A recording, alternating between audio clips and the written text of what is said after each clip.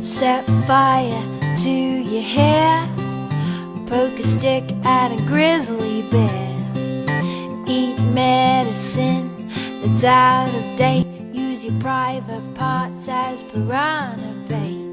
Dumb ways to die. Tanda, pasalamat at tumatanda. Sana walang sakit. Tanda natin ay hindi natin mapipigilan. It's inevitable. This is a process of growing old. Oh. So many dumb ways to die. Dumb ways to die. Hindi naman pwedeng mapabagal ang pagtanda kasi nandun na yun. Tuloy-tuloy yun eh. Tuloy-tuloy yun sa panahon. Talagang tatanda ka. Papabagal natin ang pagtanda sa pamamagitan ng iwasan yung mga bisyo. Tapos wag masyadong ma-stress. Tapos kumain ng maraming prutas, gulay. Tapos mag-exercise tayo araw-araw. Tapos kumain ng mga pagkaing nutrisyon. So many dumb ways to die. Ang kamatayan ay darating sa atin lahat.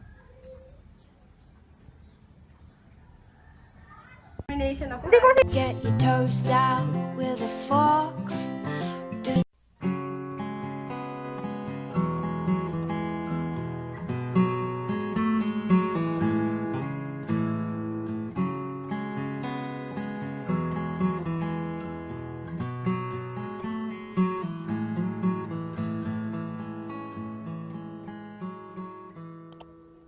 Aging is an age-related decrease in viability and increase in vulnerability. It means that your capacity to respond to external stresses and your capacity to function decreases with age. You become more vulnerable to diseases. One of the major causes of mortality in the elderly is influenza, which is just a common flu. The thing with aging, of course, it entails different levels and different organs and different systems in the body, which makes it very complex and relatively difficult to study. We actually don't know much about aging in the sense of its mechanisms. Why we age, what drives the process of aging from a cellular molecular perspective is still relatively poorly understood.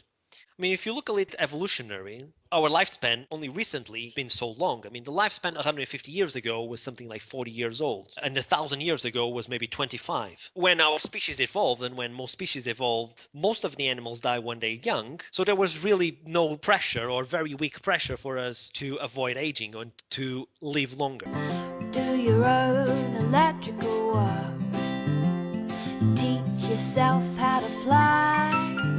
There are hypotheses, for example, that there's damage to DNA that then probably affects cell renewal and stem cells, which in turn prevents repair in the body and contributes to loss of viability. Then there's the free radical theory of aging, this idea that as mitochondria in our cells, as they burn energy with oxygen, it generates these very highly reactive compounds, which creates damaging oxidative stress, which in turn accumulates with age, and that's the cause of aging. There's also things like the telomeres. So telomeres are the tips of chromosomes, and they shorten with cell division. But because it occurs with age as well, people say, well, maybe this drives the process of aging. So after about age 30, your chances of dying double every 8 years. This is fairly standard for human populations. No matter where you're from or where you live, in a third world country, they may have higher mortality to begin with, but you still see this exponential increase in mortality. But then you have very unique creatures. One example are birds. Now, birds actually live longer than would be expected for their body size because, they can fly and avoid predators. One of the species that we're interested in is an organism called the naked mole rat, which lives over 30 years. Why? Because it lives in this protective environment. Then there is evolutionary reason, there is evolutionary pressure to live longer. One of the interesting things about the naked mole rat is that it's extremely cancer resistant. There's not been a single case of cancer in hundreds of naked mole rats. So longevity is plastic. Not only there are species that live much longer time than we do, but there are species that appear not to age, like some species of turtles. Probably one of the greatest breakthroughs in the field so far is that you can manipulate individual genes, and this has a very significant impact on aging. We know, for instance, that if you start manipulating DNA repair systems, sometimes, say for example in mice, you get what looks like accelerated aging. On the other hand, you can turn off a single gene in mice, like growth hormone receptor, and increase lifespan by 50%. There's also interventions that modulate aging. So the most famous of them all is caloric restriction, restricting the amount of calories animals eat while keeping nutrients like vitamins and minerals healthy. And this has been known for decades to extend lifespan in rodents, like 50%. And they're healthier for longer, and it's quite impressive. So one of the things, for instance, our lab does is, well, if you know of a gene that mediates the effects of caloric restriction, then it may be a suitable target for you to develop drugs that target that gene in order to have the same effects of caloric restriction without you having to go on a diet, which, let's face it, most people don't want to. We do a mixture of bioinformatics and experimental work. We try to look for common patterns amongst these genes as a way to try to identify new genes that modulate longevity, and we want to identify which genes are regulating the other genes, so key regulators of the whole pathways. And the thing to remember about aging in general is that it's very time-consuming and expensive to do experiments. That's one of the problems of aging research. If you could slow down the process of aging just by 7 years, this would reduce in half the incidence of age-related diseases at every single age. This would have a massive impact on human lifespan and on human health. I generally make the analogy of the Wright brothers. They used to look at birds and they said, listen, there are birds, they are heavier than air and they can fly. So if birds can fly, so can we make airplanes. There's no law of nature that says that aging is immutable. On the contrary, what we know now is that aging is surprisingly plastic in the sense that it can be manipulated by genes, it can be manipulated by evolution, and it can be manipulated by diet. When I was Dumb ways to die. So many can be signs of progeria. Loss of eyebrows and eyelashes, baldness, wrinkled skin and appearances of veins on one's forehead,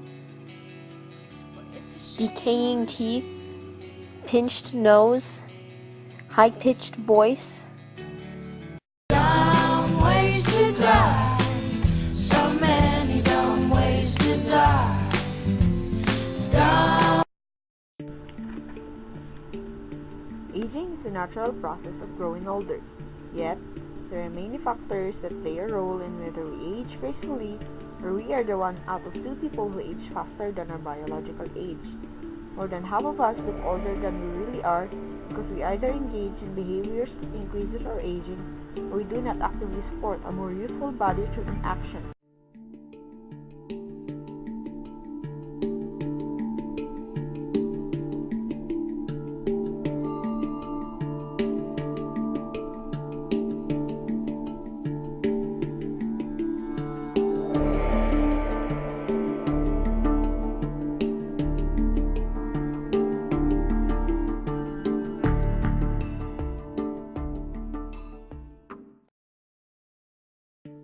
The moment you take a drag on a cigarette, you are beginning to shift years of your life.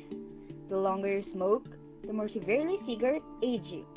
When you smoke, you increase your risk of dying from heart disease, stroke, lung disease, eye disease, bone disease, and cancer of almost every organ. Smoking causes prominent crow's feet, deep creases, and smoker's line around the mouth.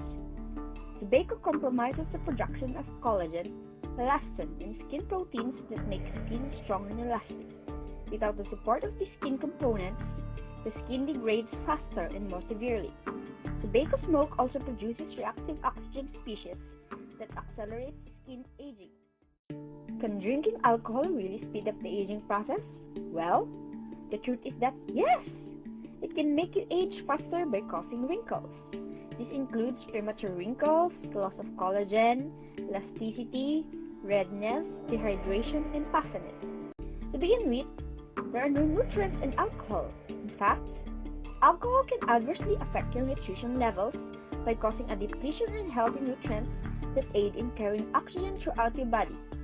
Specifically, alcohol can have a huge negative impact on your vitamin A level, which is a very important antioxidant for your skin and it is vital in the regeneration of new cells. Process. Now, stress is in abundance in most people's lives, unfortunately, but this is what happens when you stress. When you have stress, what happens to your body is that you secrete cortisol. Cortisol causes chronic inflammation.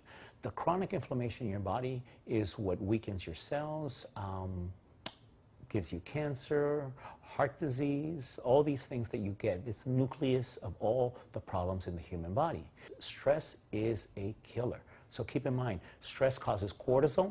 Cortisol causes chronic inflammation. Chronic inflammation, again, is the basis of all problems in the body. Even Alzheimer's disease is caused by chronic inflammation. Anything from diabetes, obesity. Chronic inflammation is the worst thing you can have. So stress is a huge part of this picture. Dumb ways to die, so many dumb ways to die. Invite a psych. There's no easy way to put this. All the bright, gorgeous little kids you're about to meet are running out of time. They all have a rare and incurable genetic condition called progeria. They're ageing dramatically, at 8 times the normal rate, and most will literally die of old age before they reach 15. It's confronting stuff, and actually meeting a progeria kid for the first time is pretty confronting too. But perhaps it's because they need to cram so much life into so little time. I found the kids and their parents among the most positive people I've ever met. Their humour, love and determination was humbling. And it's thanks to the love and determination of one parent that there's hope for a cure to this terrible disease.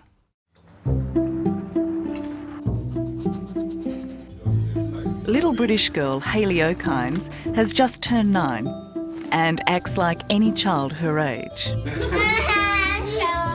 But Hayley's body isn't that of a 9-year-old. She's closer to 70. Since she was born, she's been ageing 8 times faster than normal. So what class are you in at school?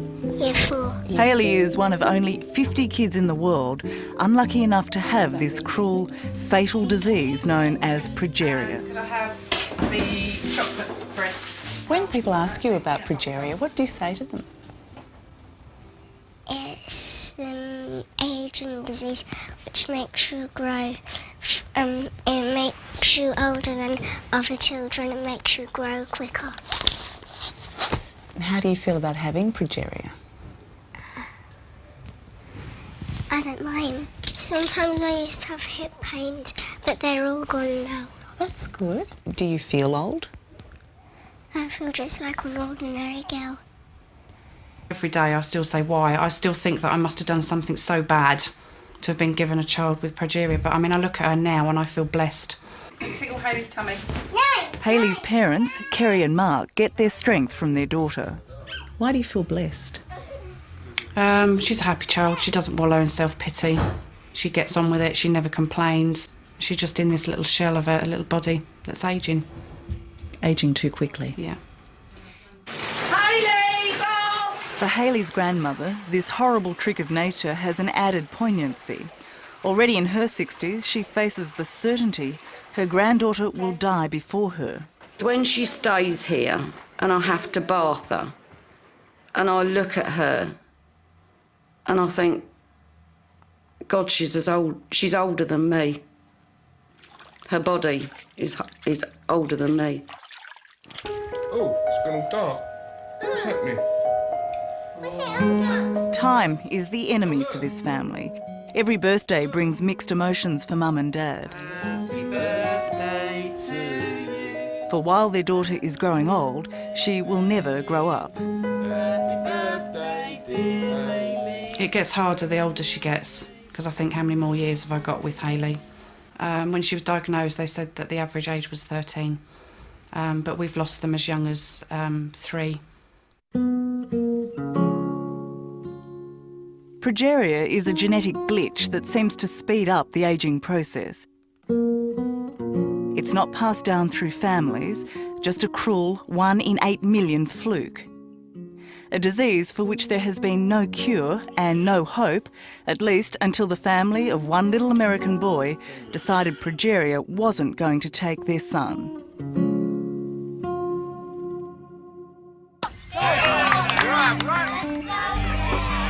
Let's go! says, I am not a disease. I am a person. I just happen to have a disease. And so he lives each day the way his friends live each day. They want to play, they want to have a great time. Leslie Gordon knows that at age 10, her son Sam is fast running out of time. He's at risk of the diseases that kill the elderly, stroke and heart attack. We treasure every moment with Sam. We really do, and it's a fantastic thing. Are you really sleeping? Because I was hoping you could come make pizza with us. Hey, Sam, look at that little nose. I can't believe this is my child. At birth, Sam seemed perfect, but soon after, Leslie noticed something was wrong. As a mom, I just knew something was going on. His hair was starting to thin, and he was not growing properly. It wasn't until Sam was almost 2 that doctors took Leslie's concerns seriously. So what did the doctors tell you when Sam was first diagnosed about hope and about being able to treat Sam? I don't think they wanted to say too much at all, because we all knew it is still and was a 100% fatal illness. No question about it. And that's really hard to hear about your only child. Did you accept it? Do you accept it? No, I didn't accept it then, and I wouldn't accept it now. Right there and then, Leslie Gordon, a trained medical doctor, decided she was going to devote her life to defeating this disease before it killed her son. I was very fortunate, to have some medical background. But I think it's really the passion, the love, those don't require a medical background. Within a year, Leslie and her husband Scott, also a doctor, had formed the Progeria Research Foundation and convinced dozens of medical scientists to join their race against time, their hunt for the progeria gene. Leading the team, renowned gene hunter Dr. Francis Collins. Think of the human genome as an instruction book, because that's a pretty good analogy. It's got 3 billion letters in it. It's written in this funny language that just has these 4 letters in the alphabet, A, C, G, and T. It was a mammoth investigation. The scientists were trawling this human alphabet, searching for a single mistake. It took them 4 years, but they finally found it. Where there should have been a C, they found a T, a tiny typo. The gene responsible for progeria. Oh, it's just incredibly exciting. It is our dream. And now there's been another stunning breakthrough. Leslie Gordon's team has found the drug that might just work against progeria. This mouse will not live very long. And this mouse is, as you can see, very sick. This mouse has been given the drug and looks healthier. This mouse will still be alive when this mouse has died. You know, if you can see such a dramatic change, it must just take your breath away. Yes, it took my breath away. It did. It took my breath away. It was a fantastic finding. Leslie hopes the drug will be tested within months, and every child with progeria will be offered the chance to take part in the clinical trial. How much hope do you have that it will save Sam? Oh, well, I always have hope. But you just don't have much time, do you? We'll just keep working and working and working, and working together towards a cure. But it's for families like the Whites, whose daughter Ashanti is only 4, that this new drug offers the best hope, a chance to arrest the disease before it's gone too far. Who taught you to put makeup on? My mother. Your grandma? She did a good job, didn't she? Her hair went really brittle and started to fall out. What about some lipstick? Ashanti's so feminine, isn't she? She's Yeah, so very. girly, you know, and we thought with that hair, we feel for her, you know. You're quite the lady, aren't you? No, I'm a princess. Oh, you're the princess. I can't imagine what it would be like to watch your child age before your eyes. It is hard. I mean, I like I said, I know everything about it, so I know that she's going to become a little old lady, you know, before I grow old. But it's sort of, it's going to happen. She's doing And hold my hand. Ashanti is not old enough yet to understand her life depends on the race to find a cure being conducted halfway across the world. I've got lots of friends at school. Do you have a boyfriend? No. I don't have no boyfriend. Why not? That's why they do hurt me. They try to hurt you. Those naughty boys. Drug dealer's brand new ride. Take your helmet off. More than 150,000 people die on this planet every friggin' day, and some of those people are getting hit by buses or dying of how cute a puppy is or something, but in most cases, their bodies are just succumbing to the dirty work of aging. In the 1960s, a young researcher named Leonard Hayflick was studying human fetal cells when he noticed that after a while, human cells just stopped dividing and then they died. He came to realize that they all quit dividing after about 50 divisions, which took around 9 months. If he put healthy dividing cells into the freezer, the division would slow down and even stop, but when he warmed them back up, they'd remember exactly where they left off and start dividing again until they got to that magic number. It was in this way that Hayflick discovered that human cells have death programmed into them. The number of times a cell can divide is now called the Hayflick limit, and although it's 50 divisions for human fetal cells grown in a culture, the number for some animals is less and for others it's more. So, why don't biologists just fiddle around with our cells and add some telomerase to the mix so that the cells can keep dividing forever? Well,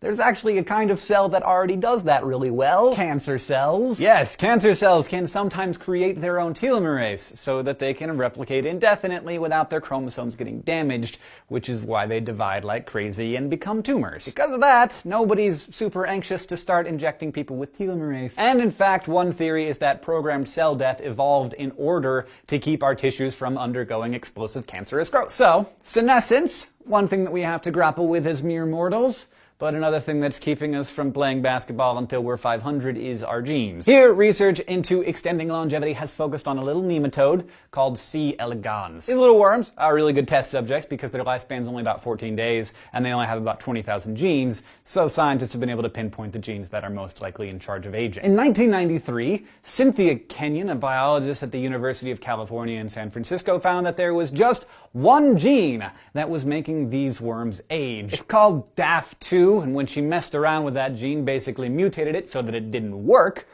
her worm started to live 28 days instead of just 14. Twice as long! If they did that for us, we would live to be like 160. And not only that, the worms were like spunky and vivacious all the way until they croaked. Kenyon also found another gene called DAF16 that has the opposite role. It keeps the worms young and healthy by regulating the production of antioxidants, germ-fighting proteins, and other things that fight off pathogens and the effects of stress. 'Cause, you know, being a worm, stressful. So what Kenyon found is that the aging gene worked by restricting the effects of the longevity gene. And when you damage the DAF2, DAF16 just keeps on doing its business, keeping the worms young. Now, that's all well and good for the worms. I'm glad that they're having nice, long, healthy lives, but I'm not really too concerned about them. What about us? Well, the mammal scientists have indeed found two counterparts to that nematode aging gene, and in humans, a lot of research has focused on one gene in particular that creates a growth hormone called IGF-1. When scientists silence this gene in mice, there is less cell and organ damage caused by oxidation.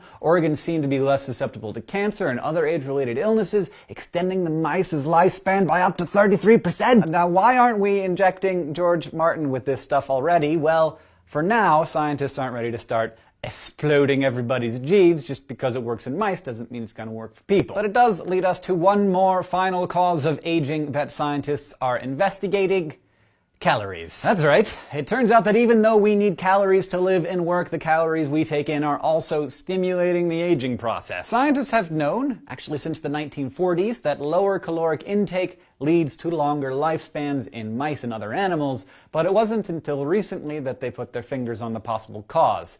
that calorie intake stimulates IGF-1. How that works isn't exactly clear. In fact, it's one of the bigger mysteries in the study of aging. But one theory is that since IGF-1's ultimate job is to direct food energy toward growth, if you take in fewer calories, your metabolism shifts gears from growing to simply maintaining existing cells and bolstering your resistance to stress and disease. So getting bigger and stronger becomes less important than just staying alive. But before you put yourself on an all celery and watercress diet, don't, because again, just because something increases the lifespan for a mouse doesn't mean it's going to have the same effect on you. Are you a mouse? If you're a mouse, then do that. Scientists have been doing calorie intake studies on animals more like us, monkeys for instance, but it's tough to do longevity studies on long-lived animals because they take freaking forever because they're like not dying. The longest running human longevity study has been going since 1921, which is pretty cool. Good job doing science back in the day when our subjects were about 10 years old. Some of the kids involved in that research are indeed still kicking. Good work, folks. But as you might expect, many of the researchers have since died as well.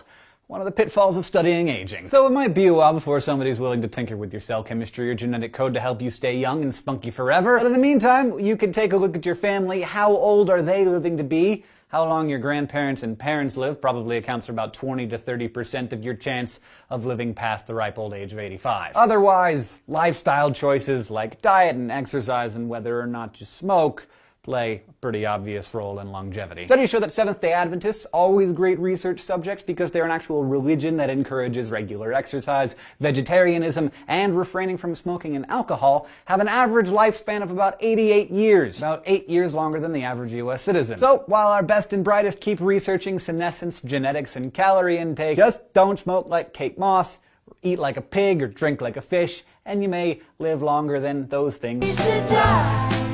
So many dumb ways to die. Dumb ways to die.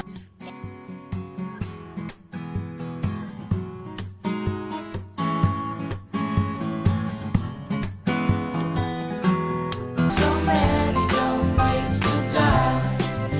Keep a rattlesnake. See at the top right corner that I give the difference between reversible and irreversible cell injury a high yield rating of 8. For those of you that don't know what that is, it's a rating scale from 0 to 10, giving you a rough estimate for how likely you are to see certain topics on the Step 1 exam. And if you'd like to learn more about the high yield rating or how it's calculated, you can head here to my website. Reversible cellular injury is harm done to cells that can be undone once the stress on the cell is removed. Irreversible cellular injury is cell death via apoptosis or necrosis, which is obviously permanent. There's no zombie cells. Severe or prolonged reversible cellular injury will eventually lead to irreversible cell injury. Each type of cell injury has some cellular hallmarks which show up often in the question stem. For reversible cellular injury, this is going to be decreased ATP in the cell and cellular swelling. And for irreversible cellular injury, it's going to be membrane damage and the results of that membrane damage. So we can dive a little deeper into the reversible cell injury. You're going to have a decrease in ATP, which leads to less activity of the sodium-potassium pump in that cell, which leads to a buildup of sodium in that cell.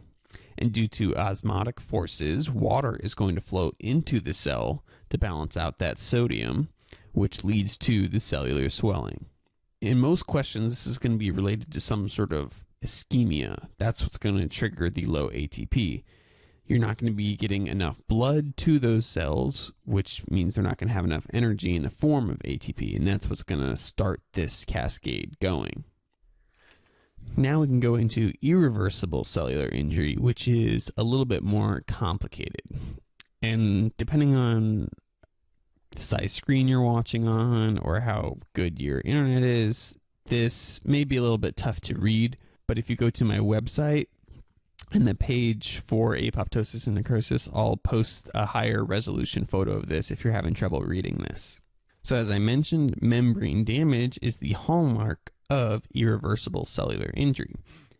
And you're going to have this membrane damage primarily to 3 different membranes. First, you're going to have the lysosomal membrane damage, which would obviously cause a lot of problems because the lysosome has a lot of enzymes that degrade things. And when those enzymes spill out of the lysosome into the rest of the cell, you're going to have problems because a lot of organelles and proteins that shouldn't be degraded are going to be degraded. That's going to lead to enzymatic degradation of the cell, which is similar to necrosis. You're also going to have damage to the outer cell membrane, which is going to lead to increased calcium leaking into the cell. Calcium then goes on to activate certain proteases and other degradative enzymes, so that's again going to lead to enzymatic degradation of the cell. We're also going to have membrane damage to the mitochondria, and that's going to lead to cytochrome C leaking out. And cytochrome C is an enzyme involved in oxidative phosphorylation, so it makes sense that it would be in the mitochondria. The cytochrome C in the cytosol goes on to activate caspases, as well as the calcium in the cell that we talked about earlier being able to activate caspases as well. So calcium and cytochrome C lead to activation of caspases. And when caspases are activated, it triggers apoptosis. Or now we could talk a little bit more in depth about apoptosis and necrosis. Apoptosis is going to be programmed, or it's going to be the cell realizing that it should undergo apoptosis and doing so. Well, necrosis is due to damage or a trauma of some sort. Intrinsic would be when the cell decides to die, because if it's a normal part of physiology or development, or the cell is no longer needed. In the same way, the cell can decide to die because it is damaged beyond repair. Extrinsic triggers for cell death would be when the cell is sort of told to die by the environment or another cell or some other signal. Apoptosis can be intrinsically or extrinsically triggered, while necrosis can only be extrinsically triggered. Apoptosis can be pathologic in disease or be physiologic in certain types of development or normal physiology, while necrosis is only pathologic. Apoptosis involves individual cells undergoing cell death, while necrosis generally includes large areas of many cells dying all at the same time. Apoptosis requires ATP as energy, while necrosis does not. Apoptosis does not have any inflammation resulting from the cell death, but necrosis does have inflammation that's caused. During apoptosis, the cell components are packaged into apoptotic bodies and consumed by phagocytes. While in necrosis, the cellular contents spill out of the cell kind of explodes, and you end up with this cellular components leaking out everywhere. Some intrinsic triggers for apoptosis would be a decrease in growth factors, p53 tumor suppressors, or cellular damage. And all of these signals let the cell know that it should decide to undergo cell death. Extrinsic triggers for apoptosis would be things like the Fas ligand or tumor necrosis factor. And when we're talking about Fas ligand, we're usually referring to CD8 cytotoxic T cells. And either way things are activated, you're going to have caspases be activated, which is then going to set off the cascade of apoptosis. Here's a picture of apoptosis showing the apoptotic bodies blebbing off and then being consumed by phagocytes. Unlike necrosis, apoptosis can sometimes be good or physiologic. It can be a normal part of development. Problems with apoptosis only arise when there's too much apoptosis, or apoptosis is being triggered by a pathologic cause. Here are some examples of apoptosis which would be considered good. You have the separation of the fingers in embryos, so you're having the webbing in between the fingers disappear. Got clonal deletion of lymphocytes. You have cytotoxic CD8 T cells destroying infected cells. Menstruation has certain types of apoptosis, and atrophy would be another type of apoptosis. However, there's also going to be situations where there's too much apoptosis, and this can lead to tissue damage and plays a role in many degenerative diseases. At the same time, not having enough apoptosis would also be an issue. This can play a role in certain cancer formations, autoimmune diseases, and lead to susceptibility to infection. Now we can switch gears and start talking about different types of necrosis, because there are pretty distinct types that are important for step 1. The first one we're going to cover is coagulative necrosis, and I think of this as being the default necrosis. And in coagulative necrosis, cells keep their shape but lose their nucleus. Here is a picture of coagulative necrosis. You can still see certain outlines of cells, but you'll notice the darker nucleus is missing from most of these cells. They can also show you gross anatomy pictures on the step 1, and in these cases, this usually looks like a pale, wedged-shaped area on the organ. And here would be an example of that. This lighter yellow portion would be the area that's undergoing necrosis. Liquefactive necrosis is complete enzymatic degradation of the tissue. It basically becomes a liquid. And the two most important examples of this would be in the brain with something like a stroke, and inside abscesses, which is going to form pus. And here would be an example of a cavity that's formed as a result of liquefactive necrosis. The tissue in this circular area was turned into liquid, and then over time it was absorbed or degraded by phagocytes, and what you're left with is this empty cavity in the brain. Caseous necrosis can be remembered by remembering that caseous is the Latin term for cheese, and this necrosis does result in sort of a cheese-like type consistency. And I think of it as being a mix between coagulative and liquefactive. It's not quite liquid, it's not quite solid, it's somewhere in the middle there. And the two most important examples of when this is going to happen is going to be during tuberculosis and in the inside of granulomas. Here is a picture of a granuloma, and you'll see over here you've got sort of liquefactive type mix with coagulative necrosis, and then on the outside you've got inflammatory cells. Fibrinoid necrosis is when proteins from the blood leak into damaged vessel walls, and this is seen in pictures with a pink or red color in the vessel wall itself. Here's an example of that. You can see this pink color is in the vessel wall. And this is going to be most important or most commonly seen in step 1 questions with certain types of vasculitis and in malignant hypertension.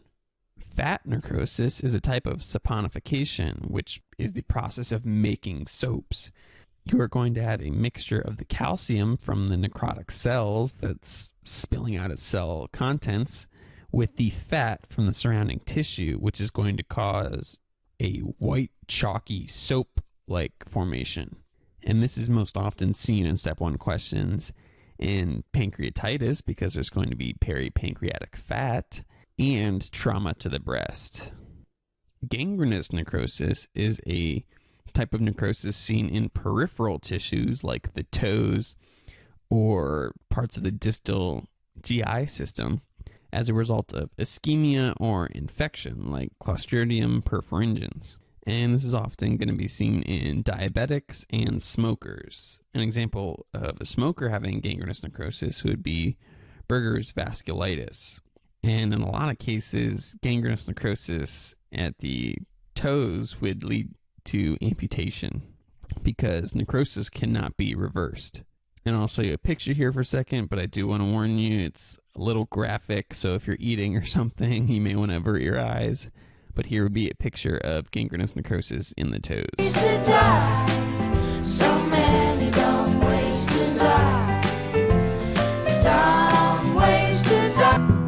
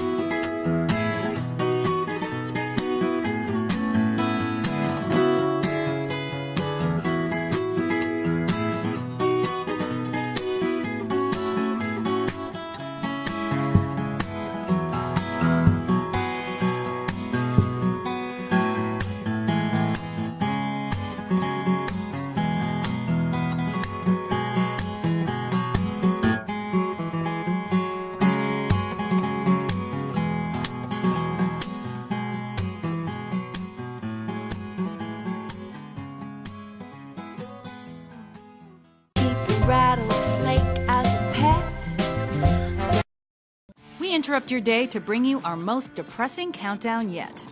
Welcome to WatchMojo.com, and today we're counting down the top 10 leading causes of death. For this list, we've used stats pulled from a 2012 study by the World Health Organization to determine which diseases and illnesses are the biggest killers. Number 10, hypertensive heart disease. The conditions that kill roughly 1.1 million people annually stem from problems caused by high blood pressure, like coronary artery disease, angina, heart failure, and hypertrophy. And in fact, hypertensive heart disease is the top killer associated with high blood pressure. Risk factors include heredity, being overweight, and getting little exercise, as well as poor food choices, high cholesterol intake, and smoking. You should talk to your doctor if symptoms like chest tightness, pressure, or pain occur, or if you notice an irregular heartbeat. Number 9, road injury. Every year, approximately 1.3 million people worldwide are killed in car crashes or succumb to their injuries soon after. Whether from drunk driving, falling asleep at the wheel, road rage, or just plain negligence, it is the only killer on this list that is non-health related. With more cars on the road than ever before, and more ways for drivers, pedestrians, and cyclists to be distracted, it doesn't look like this staggering statistic will fall anytime soon. Sure, accidents happen, but a huge percentage of these deaths are still caused by human error. Number 8, diabetes mellitus. A group of diseases wherein the sufferer endures high blood sugar levels for a protracted length of time. Diabetes is no longer the death sentence it once was. However, though there are ways to control and live with diabetes, it still claims around 1.5 million lives annually. Type 1 diabetes is another unpreventable condition that one develops during childhood, but type 2, otherwise known as adult onset diabetes, is caused by genetics and poor lifestyle choices. Diabetes can also increase your chances of developing other health problems like cardiovascular or kidney disease, blindness, or foot problems leading to amputation. Number 7, diarrheal diseases. Caused by an infection that was in turn caused by contaminated food, drink, or poor hygiene, diarrheal diseases are the second leading killer of children under 5, responsible for around 1.5 million deaths a year. Basically defined as the passing of 3 or more loose stools daily, this group of diseases includes illnesses like cholera and dysentery. What's even worse is diarrheal diseases are largely preventable. However, since so many people in the world, mainly in developing countries, still don't have access to clean running water and proper sanitation, this disease persists. Number 6, HIV/AIDS. While acquired immunodeficiency syndrome seems to be getting less press than it once did, it continues to be one of the world's most brutal killers. Although the disease is only roughly 30 years old, HIV/AIDS has killed over 39 million people globally, with 1.5 million passing in 2013 alone. Human immunodeficiency virus is spread through bodily fluids, which is why unprotected sex, unsterile hypodermic needles, and blood transfusions are high-risk behaviors. AIDS is the most advanced stage of the disease, but luckily it is completely preventable, so get tested and stay safe. Number 5, trachea, bronchus, and lung cancers. Though cancer as a group causes more deaths each year than even our number 1 killer, lung cancer is one of the most deadly. Every year, about 1.6 million people die from pulmonary carcinoma, which can affect the lungs, trachea, or bronchus. Cigarette smoking leads to between 80 and 90% of all cases, while the remaining 10% is caused by air pollution, radon gas, asbestos, and genetics. And while you can't change your DNA, you can make an attempt to quit smoking to help prevent this disease. Number 4, lower respiratory infections. An umbrella term for diseases like pneumonia, bronchitis, and in some cases influenza. Lower respiratory tract infections kill 3.1 million annually, with pneumonia itself the leading cause of death of children under the age of 5. The main reason that particular illness remains a killer in underdeveloped countries is due to lack of immunization and proper health care. Though respiratory infections are referred to as diseases of the poor, they are by no means confined to third world countries, so take proper steps and get your child vaccinated. Number 3, chronic obstructive pulmonary disease, or COPD. Not to be confused with lung cancer, COPD is an umbrella term for a number of lung conditions, some of which were formerly known as chronic bronchitis and emphysema, which kill roughly 3.1 million people a year. The over 60 million sufferers live with a constant feeling of breathing through a straw and are also plagued by the telltale persistent cough, among other symptoms. It is yet another preventable killer on our list, associated with tobacco smoking, which is, in fact, the main cause of COPD along with air pollution. Number 2, stroke. Caused by a temporary interruption of blood to the brain, a stroke can be severe enough to cause sudden death. Even if you survive a cerebrovascular accident, your quality of life can be severely impacted, typified by an abrupt lack of feeling in your face, arm, or leg. Usually confined to one side of the body, a stroke can lead to brain damage. Responsible for roughly 6.7 million deaths yearly, strokes aren't always preventable, but there are ways of reducing your risk. And if you've been paying attention, you probably know what those are. Number 1. Ischemic heart disease. Also called coronary artery disease, this condition kills over 7 million people a year and is also the most common cause of heart attacks. And what are the leading causes of heart disease? Smoking, heredity, high blood pressure, lack of physical exercise, stress, and more. Plaque builds along the inner walls of your heart's arteries, which basically lessens blood flow to the heart. A quiet killer until the disease's advanced stages. Most people show few symptoms for years. Though it's the world's leading killer, healthy choices will help you avoid this and many other health problems. Are you surprised by our list? What other cause of death did you think would make the cut? From To die, so many dumb ways to die.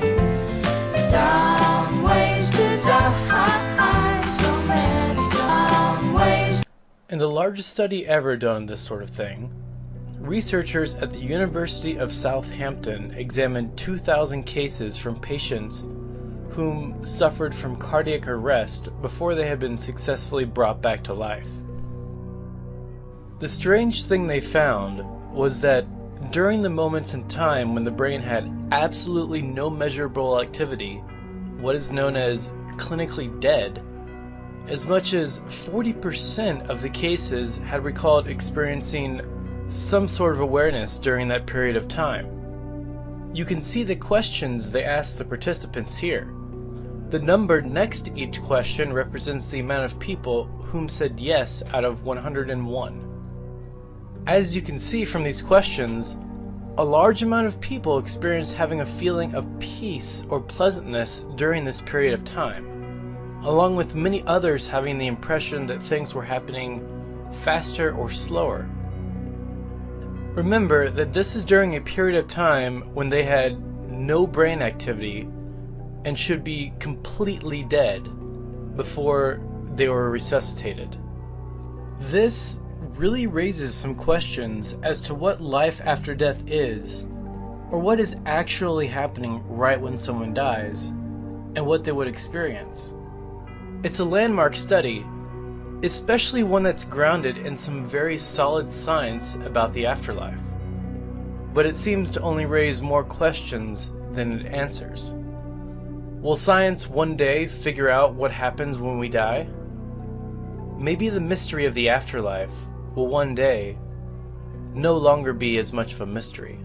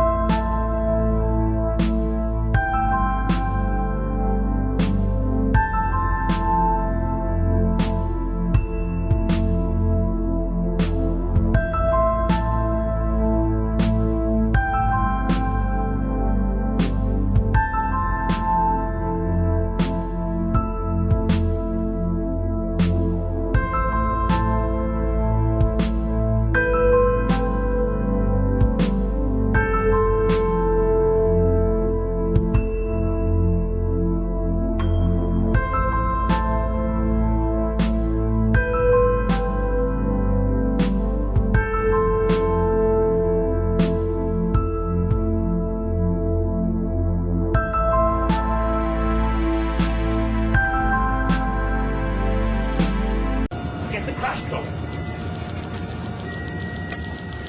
18. Charging to 200. Okay, everybody clear? Studies into near-death experiences used to be the collecting of stories and anecdotes from people many dismissed as attention seekers or cranks. But now some scientists and medical practitioners are suggesting that something quite astonishing might lie behind these claims of passing into a different world. Glimpse of life after death, or is it a trick of the mind? Well, with us now is Anne Walsh, who has a remarkable story to tell. When I died, I floated up the ceiling and then I went through this tunnel. I went into a tremendous place of peace, a place of great light. A sense of complete oneness, peace that I've longed for ever since. I was able to have a telepathic conversation with a horse. Everything was alive, the trees, the corn. I didn't hear any sound. I saw sunlight and I could see it. It was a beautiful garden. The new clinical research into near-death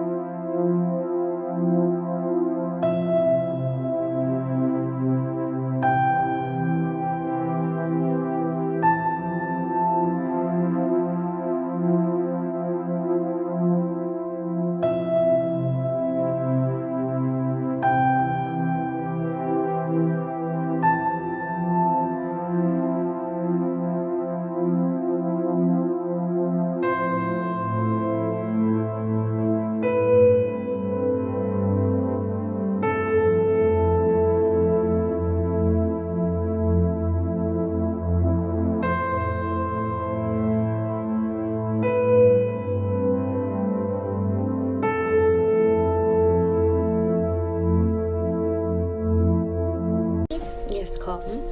Did you know I have a sister? You didn't know that Cassie's your sister? No, I have two sisters. You had a baby die in your tummy, didn't you? Honey, who told you I had a baby die in my tummy? In heaven, this little girl came up to me. She told me she died in your tummy.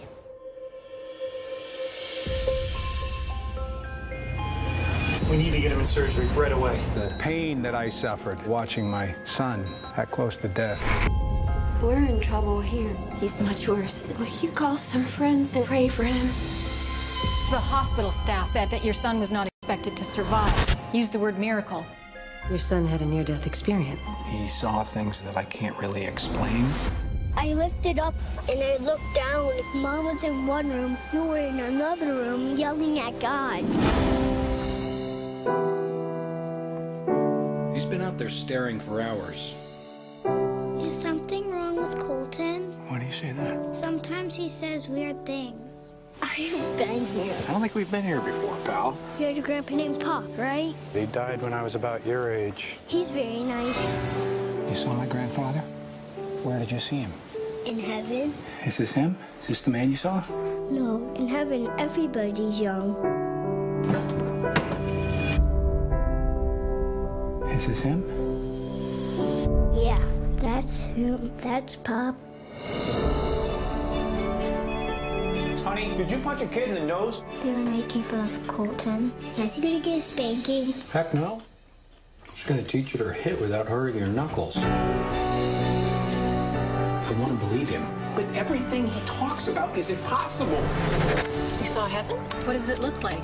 It's beautiful. We all want to be supportive, but we can't have our town turned into a circus. They don't believe me, do they? Some people might be afraid to believe. Don't you think we need to be talking about this life? Do you think my son went to heaven? You don't have to worry. He told me everything was all right. He's making a difference. Haven't we already had a glimpse of something? In the first cry of a baby, the courage of a friend, the love of a mother, a father, I see it, so I believe it. Do you?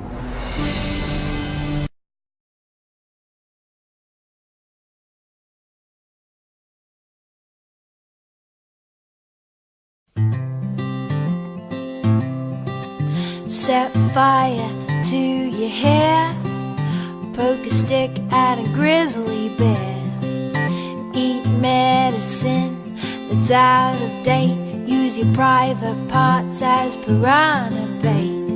Dumb ways to die, so many dumb ways to die.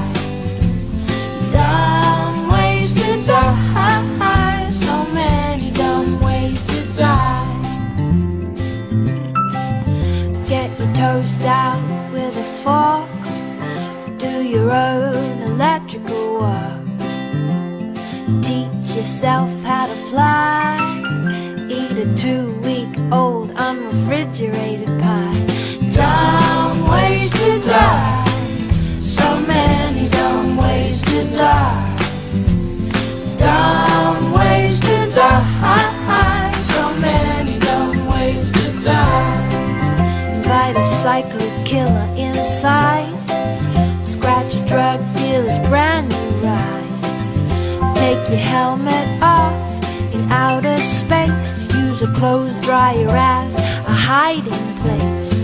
Dumb ways to die, so many dumb ways to die. Dumb ways to die, so many dumb ways to die. Keep a rattlesnake as a pet, sell both your kidneys on the internet, eat a tube of super glue. I wonder, what's this red button do? Dumb ways to die, so many dumb ways to die. Dumb ways to die, so many dumb ways to die. Dress up like a moose during hunting season, disturb a nest of wasps for no good reason. Stand on the edge of a train station platform, drive around the boom gates at a level crossing, run across the tracks between the platforms. They may not rhyme, but they're quite possibly the dumbest ways to die. The dumbest ways to die. The dumbest ways to die.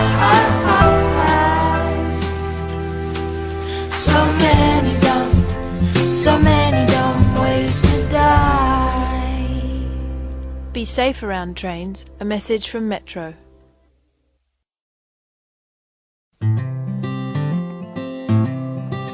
Set fire to your hair, poke a stick at a grizzly bear, eat medicine that's out of date, use your private parts as piranha bait. Dumb ways to die,